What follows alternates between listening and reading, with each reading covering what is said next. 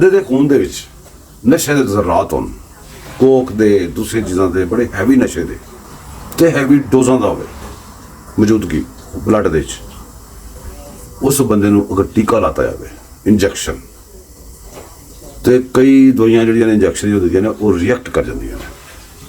ਉਹ ਰਿਐਕਸ਼ਨ ਦੀ ਡਿਫਰੈਂਟ ਨੋਈਅਤ ਹੁੰਦੀ ਹੈ। ਤੁਹਾਨੂੰ ਪਤਾ ਹੈ ਕਿ ਇੱਕ ਬੰਦੇ ਨੂੰ ਰਿਐਕਸ਼ਨ ਹੋ ਗਿਆ ਸੀ, ਉਹ ਹਸਪੀਟਲ ਗਿਆ ਸੀ, ਬੜਾ ਫੁੱਲ ਟਨ ਹੋ ਗਿਆ ਤੇ ਉਹਨੂੰ ਟੀਕਾ ਲੱਗਾ ਸੀ। ਉਹਨੇ ਫਿਰ ਆ ਕੇ ਤੁਹਾਨੂੰ ਦੱਸਿਆ ਕਿ ਨਰਸਾਂ ਮੈਨੂੰ ਹੋਰਾਂ ਲੱਗਣ ਲੱਗ ਪਈਆਂ ਸੀ, ਮੈਨੂੰ ਫਲਾਣਾ ਲੱਗਣ ਲੱਗ ਪਿਆ ਸੀ, ਫਲਾਣਾ ਲੱਗਣ ਲੱਗ ਪਿਆ ਸੀ। ਤੁਹਾਨੂੰ ਚੁੱਕੇ ਪਤਾ ਹੈ ਅੱਜ ਕੱਲ੍ਹ ਬੰਦਾ ਹੈਵੀ ਤੋਂ ਵੀ ਹੈਵੀ ਡੋਜ਼ਾਂ ਲੈ ਰਿਹਾ, ਉਹਨੂੰ ਕਿਤੇ ਟੀਕਾ ਲਾ ਬੈਠੇ, ਉਹੀ ਵਾਲਾ ਗਲਤੀ ਨਾਲ ਯਾਦ ਨਹੀਂ ਰਿਹਾ, ਰਿਐਕਟ ਕਰ ਗਿਆ।